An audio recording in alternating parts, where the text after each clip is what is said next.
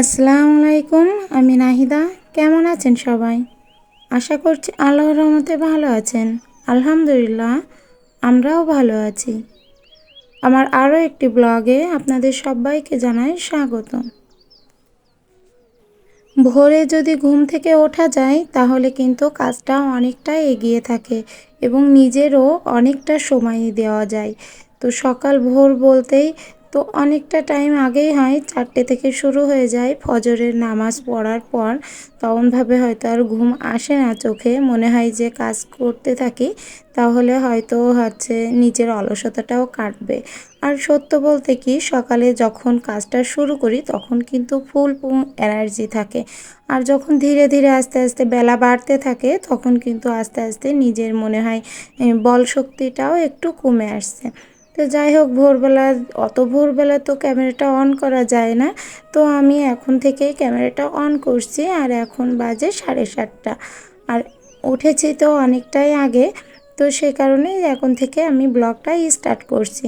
এখন থেকে আমার টুকিটাকি যে কাজকর্মগুলো আছে সেগুলো তো দেখাবই, আর বাদবাকি যেগুলো ছিল সেগুলো তো অফ ক্যামেরায় আমার করা হয়ে গেছে। একটা কাজ সব সময়কের জন্য বাধ্যতামূলক তো থাকেই, যেটা হচ্ছে বাসি বিছানা গুছানো। তো এটা তো আমি করি, এটা আমার দায়িত্বে পড়ে। আর রাত্রে যখন শোয়া হয় তখন কিন্তু মশারিটা টাঙানোর দায়িত্ব আমার হাজবেন্ডই নিয়ে থাকে। তো দুইজনে দুইটা জিনিস ভাগাভাগি করা আছে। তো বাসি বিছানাটা আমি করি, কারণ উনি যদিও বা তোলে তো পুরো ফিনিশিংটা হয় না, মানে বিছানাটা পুরো টান টান করতে পারে না, কোনো রকম উঠিয়ে থুয়ে দেয়। আর বাদবাকি তো আমাকেই হাত দিতে হয়, তো সে কারণে বলে আমি এটা করব আর উনি যেন রাত্রেরটা করে নেয়। তো মশারিটা টাঙাতে কিন্তু আমার মোটেও ভালো লাগে না। যাই হোক, সকালে উঠে আগের ভাতটা চাপিয়ে দিয়েছি। আর এদিকে একটু ডাল নিয়ে নিচ্ছি, গতকাল ডাল নিয়ে আসছিল। আর এই ডালটা এখন রান্না করব। এটা হচ্ছে সোনা মুগের ডাল। তো আমাদের বাসায় মুসুরির ডাল তেমনভাবে কেউ খায় না, তো সেই কারণে মুগ ডালটা আর কি আমাদের খেতে হয়। মুগ ডাল ঘন হোক অথবা পাতলা হোক সেটাই খাওয়া হয়। তো মুগ ডালটা নিয়ে আমি আগে মেপে রেখে দিয়েছি পাত্রে। আর সিঙ্কের ভিতরে যে বাসনপত্রগুলো ছিল, গতকাল রাত্রে শরীরটা হঠাৎ করে আবার শ্বাসকষ্টটা বাড়ছিল, তো সে কারণে কিছু কিছু পাত্র থেকে গেছিলো, মাজা হয়নি। তো সেগুলো এখন একটু ধুয়ে নিচ্ছি। এগুলো যদি পরিষ্কার করে না উঠাতে পারি তাহলে কিন্তু যখন আমার এখনই রান্না করতে গেলে পাত্র লাগবে, তো আমি ওই এক একবার উঠতে হবে আর এক একবার ধুয়ে নিতে হবে। তো তার থেকে এটাই ভালো হলো যে পুরোটা একবারে ধুয়ে গুছিয়ে রেখে দিয়েছি, এবার রান্না করতে যাব।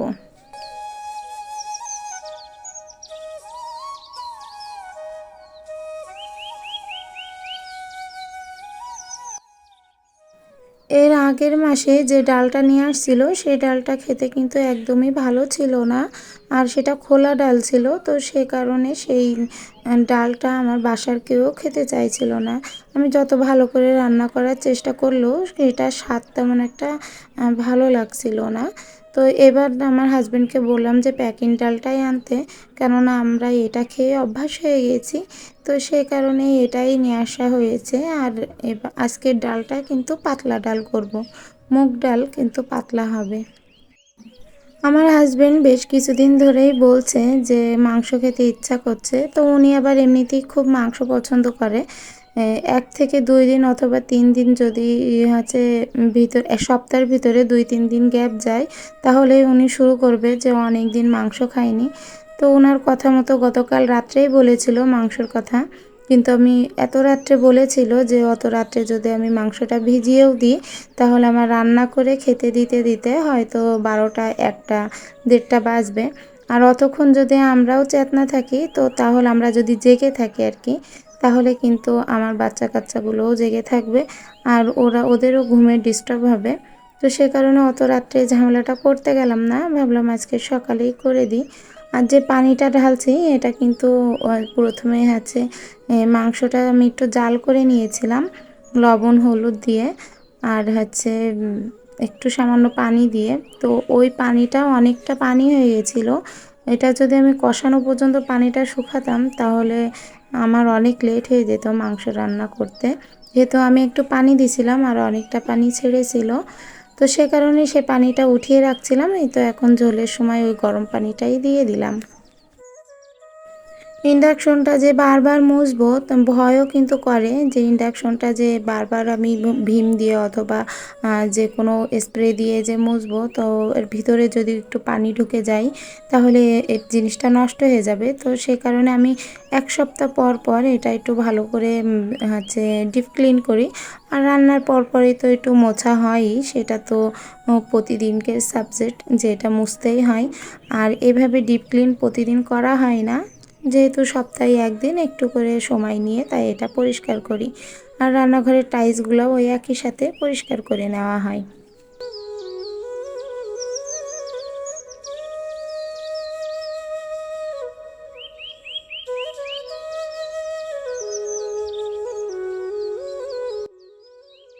জীবনে চলার পথে বাধা তো আসবেই, সেটার কিন্তু কোনো অবকাশ নেই। কিন্তু একদিন না একদিন হলেও জীবনে বাধাটা পেরিয়ে অবশ্যই উঠে দাঁড়াবো। আর এটার জন্য মনের খুবই একটা জোরের প্রয়োজন, যে জোরটা আমরা অনেক সময় নিজেরা কিন্তু পাই না। তবে হ্যাঁ, অনেকের কষ্টের গল্প যদি শুনি অথবা আরেকজনের মুখ থেকে শুনি যে সে অনেক কষ্ট থেকে করেছে এবং সেই কষ্ট থেকে হচ্ছে আস্তে আস্তে কীভাবে তার প্রতিকারও হয়েছে, তবে আমরা কিন্তু সেই যে গল্পগুলো শুনে অথবা তার জীবন দেখে একটু হলেও উৎসাহিত হই। আর সেই হিসেবে নিজের কষ্টটা তখন আর কষ্ট বলে মনে হয় না। মেয়েরা এমনই একটা জিনিস যে যেটা মোমবাতির সাথে আর কি তুলনা করা যায়। মোমবাতিটা যেমন প্রত্যেকের আলো দিয়ে যায়, অথচ আলো দিতে দিতে মোমবাতিটা একদিন নিজেই তার হচ্ছে কোনো অস্তিত্ব রাখে না, অস্তিত্ব থাকে না সেই মোমবাতিটার। তো মহিলারাও তেমন, একটা নারী নিজে জন্য কিন্তু কোনো কিছুই করে না, যেটা করে তার স্বামী, সন্তান অথবা তার পরিবার, বাবা মা যাকেই বলেন না কেন, কারো না কারোর ক্ষেত্রের জন্য করে। নিজের জন্যই বা কতটুকু করে সে সারাদিনে। তবে সে যখন একটু অসুস্থ হয় তখন কিন্তু বোঝা যায় যে তার আশপাশের মানুষগুলো তাকে কতটা কেয়ার করে। একটা স্বামীর পাশে যখন একটা স্ত্রী দাঁড়ায়, স্বামী যদি অভাবী হয় তখন কিন্তু তার স্ত্রী থাকে, কিন্তু স্ত্রীর অসুস্থতায় তার স্বামী কেমন থাকে সেটা কিন্তু অনেকটাই দেখার বিষয়। আমরা সারাটা জীবন আমরা কি খাবো পরবো সেটার কিন্তু কোনো খোঁজ রাখি না। হয়তো দেখা গেছে নিজের জুতা জোড়াটাও ছিঁড়ে গেছে, 2-5 বছর হয়ে গেছে, কিন্তু কখনো খেয়াল রাখছি না যে আমার জুতাটা লাগবে। অথচ নিজের সন্তানের কি লাগবে, তার যে কাপড় লাগবে, তার পোশাক লাগবে, তার স্কুলে নেওয়া যাওয়া লাগবে, নিজের স্বামীর কি লাগবে, তারপর শাশুড়ির কি লাগবে, অর্থাৎ পুরো পরিবারের পুরো সদস্যর প্রত্যেকের দিকে খেয়াল থাকে একটা মহিলার, কিন্তু কখনো কিন্তু সে নিজের জন্য ভাবে না। আর এরও মাঝে যদি কোনো সময় নিজের জন্য কিছু ভেবেও থাকে, তো তাহলে দেখবেন যে পরবর্তীতে অনেকের কাছে সেটা নিয়ে একটু চোখ কেমন একটা হয়, যে তারও লাগবে। মাঝে মধ্যে আমাদের কিন্তু বোঝাতে হয় যে হ্যাঁ, আমরাও একটা ব্যক্তি, যে আমাদেরও অনেক কিছু প্রয়োজন হতে পারে, যেটা আমরাও রক্তে মাংসে গড়া একটা মানুষ। তবে একটা মোমবাতির সাথে যে একটা নারীর জীবন তুলনা করলাম, তো এটা একটু ভেবে দেখারও বিষয় যে একটা মোমবাতি যতক্ষণ জ্বলে ততক্ষণ কিন্তু প্রত্যেকে আলো পায়। মোমবাতিটা যখন নিভে যায় তখন আলোটা তো বন্ধ হয়ে যায় ঠিকই, তার জায়গাটা হয়তো অন্য আর একটা মোমবাতি নেয়, কিন্তু তার যে মোমবাতিটা নিভে গেছে তার অস্তিত্ব কিন্তু কখনোই থাকে না। তো একটা মহিলার জীবনটাও ঠিক তেমন, যতক্ষণ সে আছে, যতক্ষণ সে কাজ করতে পারবে, চলতে পারবে, ততক্ষণ সেভাবে আলো ছড়াইয়ে যাবে। আর যখন সে আর করতে পারবে না তখন কিন্তু সে প্রত্যেকের বোঝা হয়ে যায়।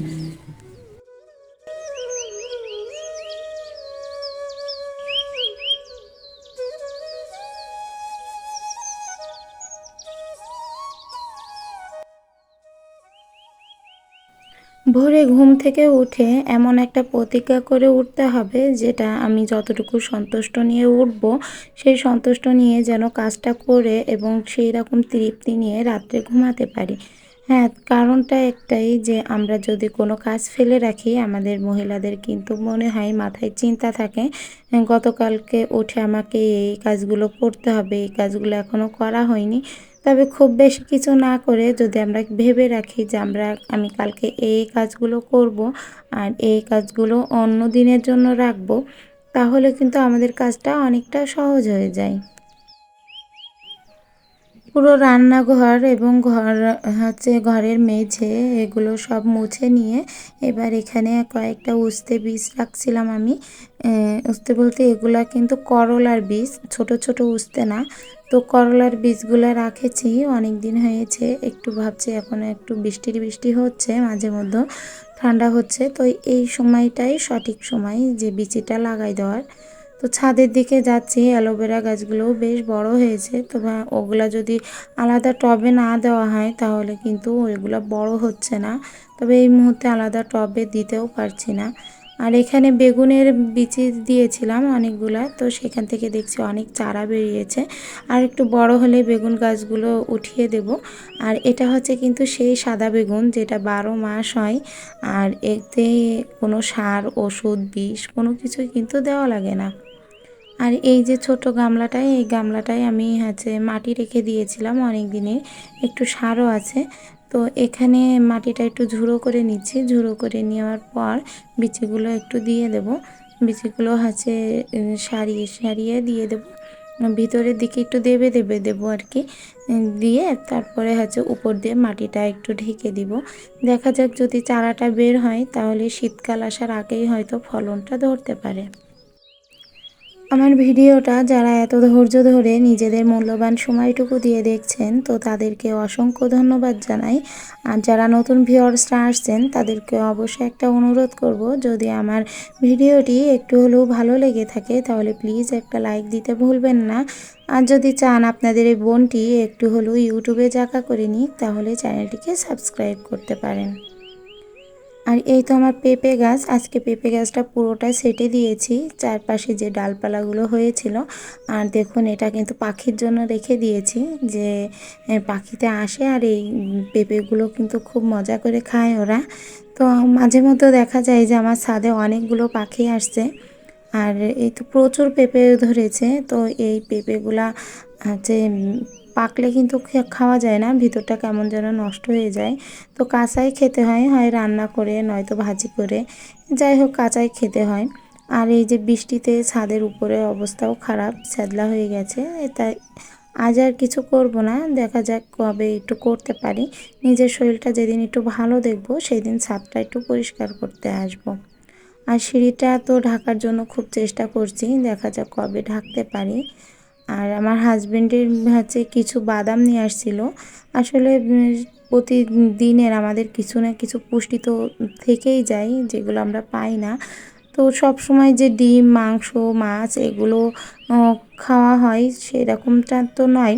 যতটুকু প্রোটিনের দরকার সে অনুযায়ী কিন্তু আমাদের খাওয়া দাওয়াটা হয় না, অথবা খেলেও হয়তো সেই প্রোটিনটা পায় না।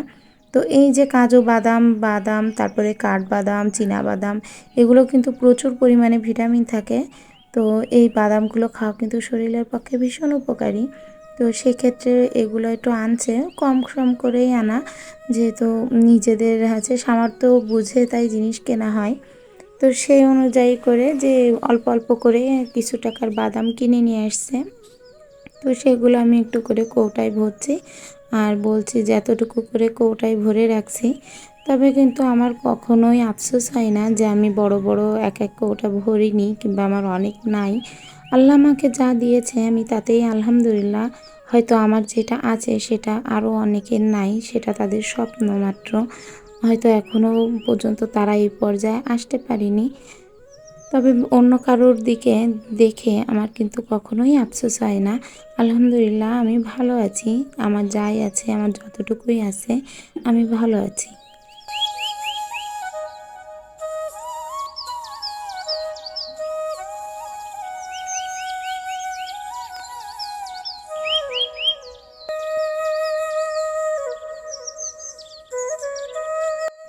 সারাদিনের কাজকর্মগুলো করে অনেকটা সময় পার হয়ে গেছে, আর সাথে তো বাচ্চা কাচ্চা আছেই, তাদের দেখাশোনা পড়াশুনো এগুলো তো লেগেই আছে, আর এগুলোকে কিন্তু বেশিরভাগই মায়েরাই দেখে। তো সেই সাথে একটু টেলার্সেরও কাজ করি যেহেতু, তো সেলাই করছি। এখানে দুইটা বোনের দুইটা লেহেঙ্গার অর্ডার ছিল, তো এই লেসটা দেওয়ার পরে সত্যি লেহেঙ্গাটা অনেকটা সুন্দর লাগছে। তো এই তো হচ্ছে নিচের এটার সাথে আর কোনো ডিজাইন যাবে না। আর উপরের পাটটা এখনও পর্যন্ত তৈরি করিনি, যদি তৈরি করতে পারি খুব দ্রুতই দেখাবো।